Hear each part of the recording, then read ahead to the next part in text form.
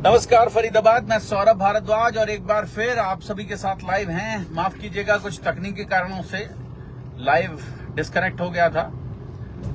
फरीदाबाद हम लोग लगातार चर्चा करते हैं इस खास कार्यक्रम विशुद्ध राजनीति में। चुनाव का समय है, हम लोग लगातार चर्चा करते हैं इस खास कार्यक्रम में कि फरीदाबाद की राजनीति फिलहाल कैसी चल रही है। तो आपकी जानकारी के लिए बता दूं, लगातार पार्टियों से, दूसरे दलों से लोगों को तोड़कर लाने का, अपने साथ जोड़कर चलने का काम बहुत तेजी से फिलहाल चल रहा है। दूसरे पक्ष के रथियों को, महारथियों को अपने पाले में लाने का और अपने पक्ष के लोगों को जोड़कर रखने का, उन्हें कहीं जाने न देने का जो काम है, अपनी फसल को सहेज कर रखने का जो काम है, वो फिलहाल नेतागण लगातार कर रहे हैं। दो बड़ी डेवलपमेंट हुई हैं, उनके बारे में आपको बता दूं। ओल्ड फरीदाबाद में प्रत्याशी थी जेजेपी और उनके साथ आजाद समाज पार्टी की प्रत्याशी थी। वो टूटकर, मतलब नामांकन भर दिया था, सिंबल पर चर्चा थी और वो टूटकर कांग्रेस की तरफ चली गई हैं। लखन सिंगला के नेतृत्व में उन्होंने पार्टी ज्वाइन कर ली है, कांग्रेस। निशा वाल्मीकि।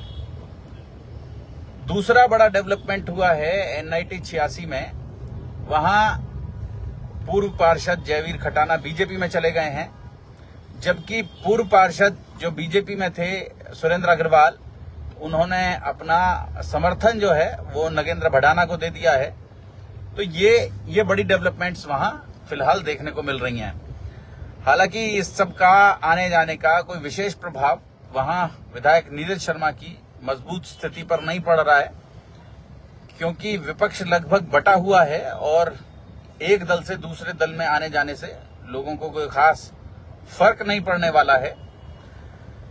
चुनाव तक आप लगातार देखेंगे कि बड़े बड़े नक्षत्र टूटकर दूसरे पाले में जाएंगे, एक पाला बदलेंगे, दूसरे पाले में जाएंगे, दूसरे पाले से पहले पाले में आएंगे।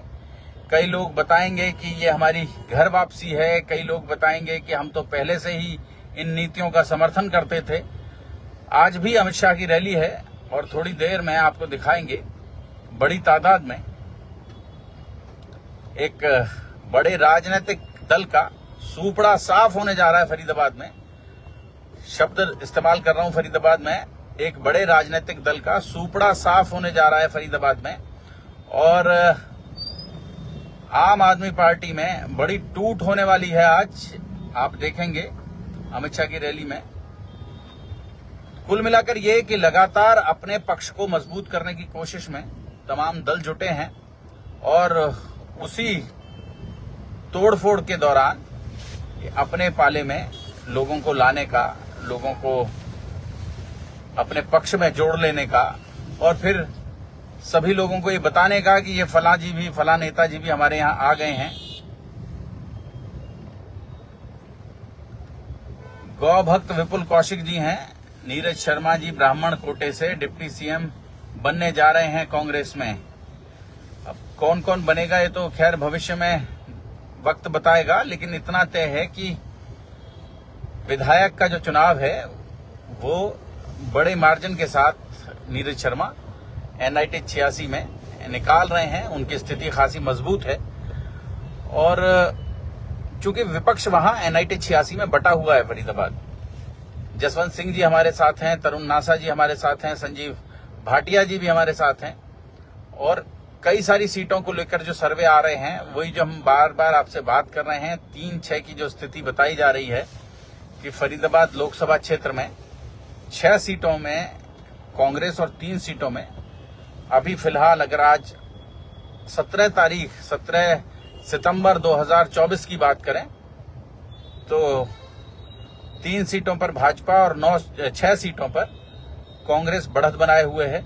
कई लोग ऐसा भी कह रहे हैं कि पृथला का जो चुनाव परिणाम है वो प्रिडिक्टेड नहीं है और वहां अभी कुछ नहीं कह सकते। 19 उम्मीदवार मैदान में हैं और तमाम राजनीतिक जो समीकरण हैं वो फिलहाल पृथला में गड़बड़ाए हुए हैं। ऐसी स्थिति में जो लोग अगले 15 दिन अपना चुनाव संभाल कर रख पाएंगे, ले जाएंगे, वही लोग जीत के दावे कर पाएंगे। एस शर्मा जी, गांव वाले दिल से, राजेश नागर फिर से, तरुण नासा जी, सौरभ जी, किसकी सरकार बन रही है हरियाणा में? हरियाणा में सरकार की बात करें तो पूरे हरियाणा में हम लोग नहीं जा रहे हैं नासा जी, बिल्कुल स्पष्ट तरीके से बता रहा हूं आपको। लेकिन सट्टेबाजों की ओर से जो आंकड़े आ रहे हैं, उन आंकड़ों के अनुसार कांग्रेस की सरकार हरियाणा में बनने जा रही है। आप फरीदाबाद की लोकसभा क्षेत्र की 9 सीटों के बारे में बात करेंगे तो हम ज्यादा बेहतर तरीके से उस पर चर्चा कर पाएंगे, क्योंकि वो जो 9 सीटें हैं, उन 9 सीटों में हम अपने नेटवर्क के माध्यम से लगातार जुड़े हुए हैं और उसी नेटवर्क के आधार पर हम बता पाते हैं कि कहां किसकी स्थिति मजबूत है और कौन व्यक्ति कैसे वहां चुनाव को अपनी तरफ को आगे बढ़ाने की कोशिश कर रहा है। अजय जी हमारे साथ हैं, मनोज नैन जी हमारे साथ हैं, आप सभी का आभार। आप सभी हमारे साथ जुड़े रहते हैं। और बड़कल से क्या समझें, अनुज रावत सिंह हमारे साथ हैं। अनुज जी, बड़कल में एक बड़ा परिवर्तन हुआ है। बड़कल में परसों राजेश भाटिया,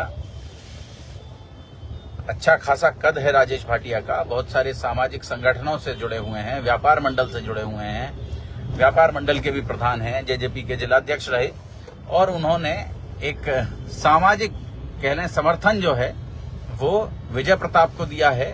और उन्हें लग रहा है कि एनआईटी न्यू इंडस्ट्रियल टाउनशिप जो बड़कल विधानसभा क्षेत्र का बड़ा हिस्सा है, आमतौर पर लोग इसमें कंफ्यूज हो जाते हैं कि एनआईटी 86 और एनआईटी, दरअसल एनआईटी 86 विधानसभा सीट का नाम है और एनआईटी न्यू इंडस्ट्रियल टाउनशिप जो इलाका है वो बड़कल विधानसभा का बड़ा हिस्सा है।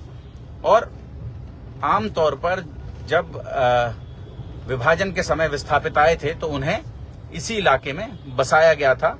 1 number, 2 number, 3 number, 4 number, 5 number. 4 number तो खैर सरकारी क्वार्टर्स हैं वहां, लेकिन 1, 2, 3 और 5 नंबर में बड़ी तादाद में विस्थापितों को बसाया गया था। पाकिस्तान, अविभाजित भारत, आज जो पाकिस्तान है वहां से आए हुए लोगों को वहां बसाया गया था। और आप ये समझें कि वहां फिलहाल जो राजेश भाटिया ने समर्थन है वो विजय प्रताप को दे दिया है। चाहते हैं कि इस बार दशहरा जो है वो बड़े धूमधाम से मने। तो कुल मिलाकर ऐसा महसूस हो रहा है कि एक बड़ा अंतर जो है वो कांग्रेस और बीजेपी के बीच उस इलाके में रहने वाला है। और धनेश अदलखा को अभी उस इलाके को समझने में ही बहुत समय लग रहा है। आप देख सकते हैं जहां वो जा रहे हैं, अगर वो बता रहे हैं कि मैं बीजेपी प्रत्याशी हूं तो लोग पूछ रहे हैं कि ये जो टूटी सड़कें हैं ये आप ही की सरकार की देन है। तो इस तरह का जो विरोध है, जिस विरोध का सामना शायद सीमा त्रिखा को करना था, उस विरोध का सामना फिलहाल धनेश अदलखा को करना पड़ रहा है। और बड़कल में फिलहाल स्थिति जो है, जो एक स्पष्ट दिखाई दे रहा है, वो विजय प्रताप के लिए, कांग्रेस के लिए वहां एक क्लियर एज नजर आ रहा है कि बढ़त बनाए हुए है कांग्रेस वहां। विकास शर्मा जी पूछ रहे हैं एनआईटी में कौन आगे है। विकास जी, एनआईटी 86 में फिलहाल जो, अगर आप पिछले चुनाव का समीकरण उठाकर देखें तो लगभग 60,000 वोट, 59,000 वोट बीजेपी प्रत्याशी नगेंद्र भडाना को मिली थी और नीरज शर्मा ने उनसे 3-3,500 वोट ज्यादा ली थी। 62,000, 63,000 के करीब वोट जो थी वो नीरज शर्मा ने ली थी वहां। आप ये देखेंगे कि फिलहाल नगेंद्र भडाना को भाजपा का टिकट नहीं मिला है और सतीश कुमार फागना जो हैं वो बीजेपी के नए प्रत्याशी हैं। तो आप समझ सकते हैं कि बीजेपी का जो वोट बैंक है 30-35,000 वोटों का, वो वहीं का वहीं है। लेकिन नगेंद्र भडाना के पास भी लगभग 30-35,000 ही वोट हैं और नीरज का जो वोट बैंक है वो स्थिर है। ऐसी परिस्थितियों में थोड़ा इजाफा ही हुआ है क्योंकि कांग्रेस का जोर है इस समय चर्चा लगातार है कि कांग्रेस की सरकार हरियाणा में बनने जा रही है और कहीं ना कहीं उसका लाभ सीधा विधायक नीरज शर्मा को मिल रहा है। पिछले 5 साल जो संघर्ष विधायक नीरज शर्मा ने किया है उसका कहीं लाभ युवाओं में खास तौर से देखने को मिल रहा है। युवा चाहते हैं कि इस बार स्थायी सरकार के साथ जाएं, उस सरकार के साथ उस पार्टी के विधायक को जिताएं, उस व्यक्ति को विधायक बनाएं जिसकी सरकार बनने जा रही है जिस पार्टी की। तो उसका कहीं ना कहीं जो लाभ है वो लाभ विधायक नीरज शर्मा को मिल रहा है। और आप देख सकते हैं कि वहां इस बार की जो हार जीत है वो बड़े अंतर से होने वाली है।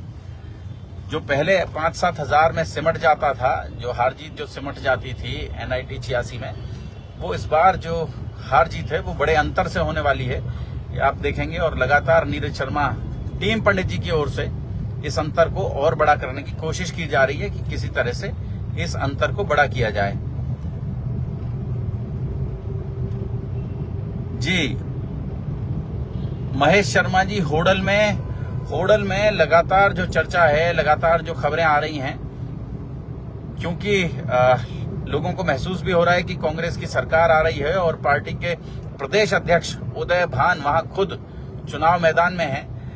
इन परिस्थितियों में उदय भान को जिताकर लोग चाहते हैं कि इस बार कोई बड़ा डेवलपमेंट होडल में किया जाए, क्योंकि उदय भान अगर चुनाव जीत कर जाएंगे तो निश्चित रूप से कोई बड़ा मंत्रालय या जैसा कि चर्चा थी कि उप मुख्यमंत्री पद, इस तरह की कोई बड़ी जिम्मेदारी उदय भान को मिल सकती है। तो होडल, पलवल और हथीन, ये तीनों सीटें जो हैं वहां स्पष्ट रूप से एक बड़ी बढ़त कांग्रेस को मिल रही है।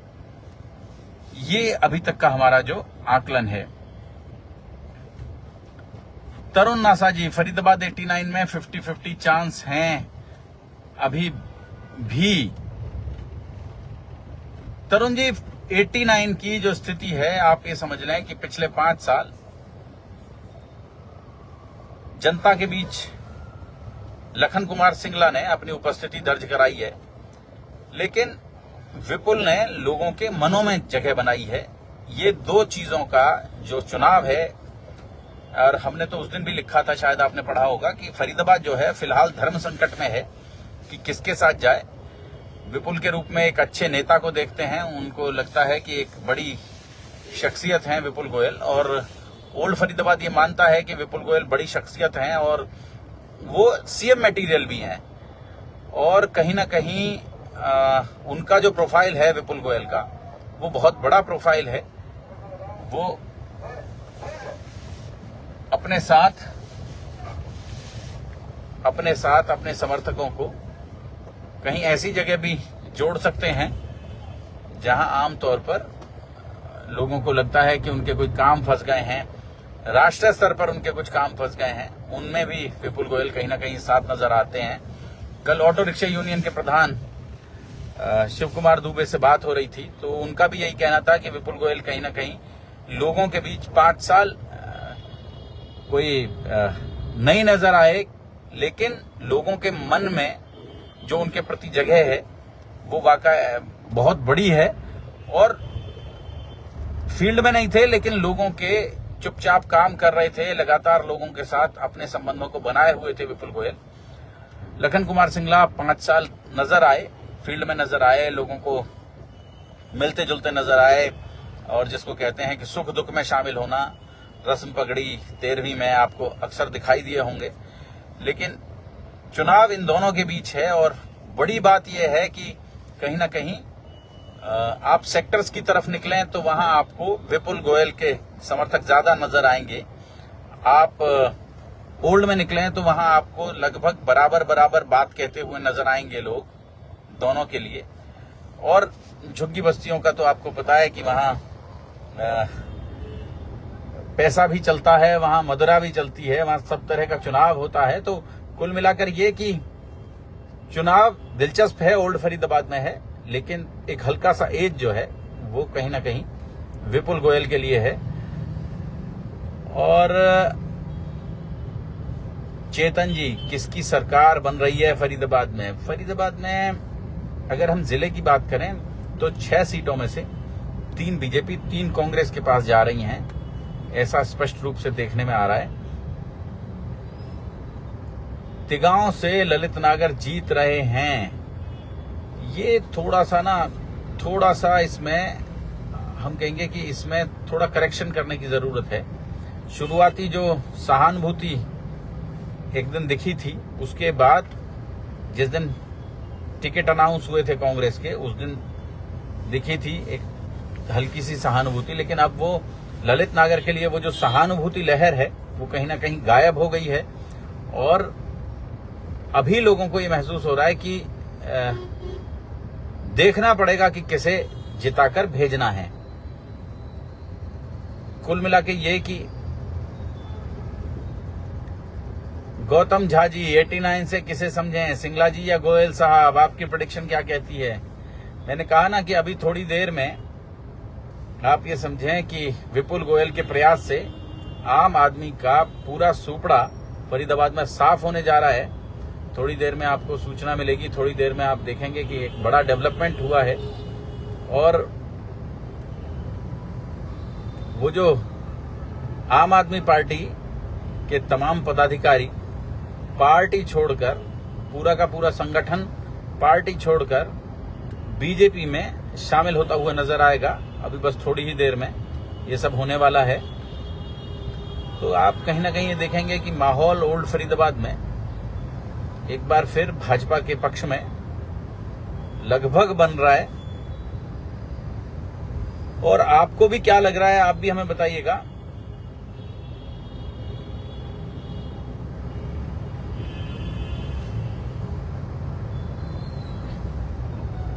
हरिओम मिश्रा जी, ये जो नाराजगियां हैं महिलाओं ने कि पानी नहीं आ रहा है, इस सब को लेकर ऐसी परिस्थितियां लगभग हर उम्मीदवार के साथ आती हैं।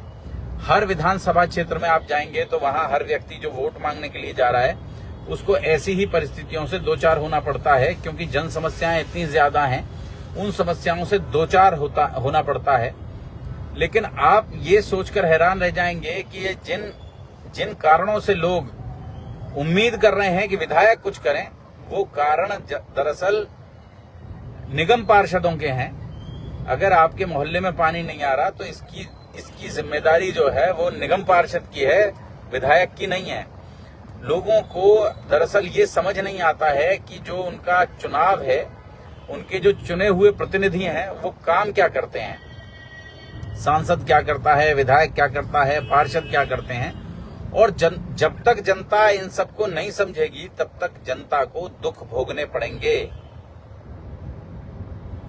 सुरेश शर्मा जी, बल्लभगढ़ में क्या समीकरण बना हुआ है, आप बताएं। बल्लभगढ़ में हमें तो ये महसूस हो रहा है कि बल्लभगढ़ में जो चुनाव है वो चुनाव कहीं ना कहीं जो सत्ता के विरोध का जो वोट है वो बट रहा है, वो बहुत सारे लोगों में बट रहा है। इसलिए कंसोलिडेट होकर, इकट्ठा होकर सत्ता के विपक्ष में नहीं जा रहा है। इसलिए कहीं ना कहीं अभी तो आप कह सकते हैं कि मूलचंद शर्मा को, बीजेपी को वहां एक स्पष्ट जो बढ़त है वो अभी देखने को मिल रही है, क्योंकि शारदा राठौर पर भी जा रहे हैं विपक्षी। वो जो विरोध है वो विरोध कहीं ना कहीं राम कुमार के पास भी जा रहा है, आम आदमी पार्टी और कांग्रेस के पास भी जा रहा है। तो ऐसे में कहीं ना कहीं जो सीधा लाभ होता है वो सत्ता पक्ष के व्यक्ति को होता है। उसके पास अपनी एक बंधी हुई वोट होती हैं और उन्हीं वोटों के आधार पर वो एक बार फिर मूलचंद शर्मा थोड़ा आगे नजर आ रहे हैं।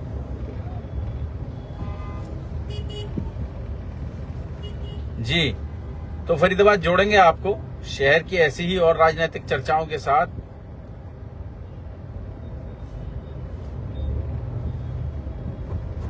जी भाई जी, एक तरफा मूलचंद शर्मा जी एमएलए बन रहे हैं बल्लभगढ़ से, मोहित सनातनी हिंदू ये बात कह रहे हैं। बड़े मार्जिन से जीतेंगे विपुल जी, बल्लभगढ़ की बताओ। राव गौरव कह रहे हैं ललित नागर नौटंकी बाज है। संजीव नागर ये बात कह रहे हैं। एस ए शर्मा बड़े वाला। तो आप देखें फरीदाबाद, आप कुछ लिखते हैं, आप कमेंट्स करते हैं।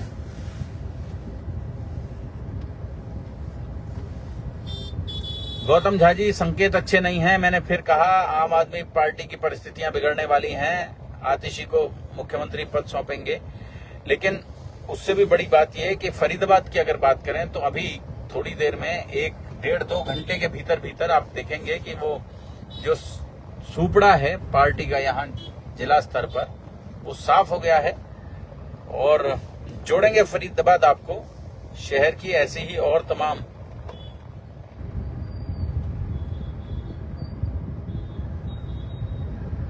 जी। अग्रवाल गणेश जी कह रहे हैं, पानी सीवर खरीदने का काम नगर निगम का और फरीदाबाद नगर निगम बन गया है, जिसकी जिम्मेदारी सत्ताधारी विधायकों सांसदों को लेनी चाहिए। अब देखें, अगर एक पत्रकार के रूप में पूछें तो जितना काम हम लोगों ने नीरज शर्मा को करते हुए देखा है, इतना शायद सत्ताधारी दल के लोग सोच भी नहीं सकते। आप ये समझें, फरीदाबाद नीरज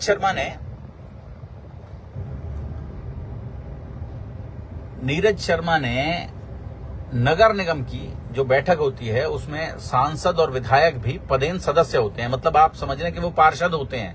हालांकि उनको वोटिंग राइट्स नहीं होते, वो वोट नहीं डाल सकते हैं, लेकिन उनको वहां सदन में बैठने का और एक सदस्य के रूप में अपनी बात रखने का पूरा अधिकार होता है उनको।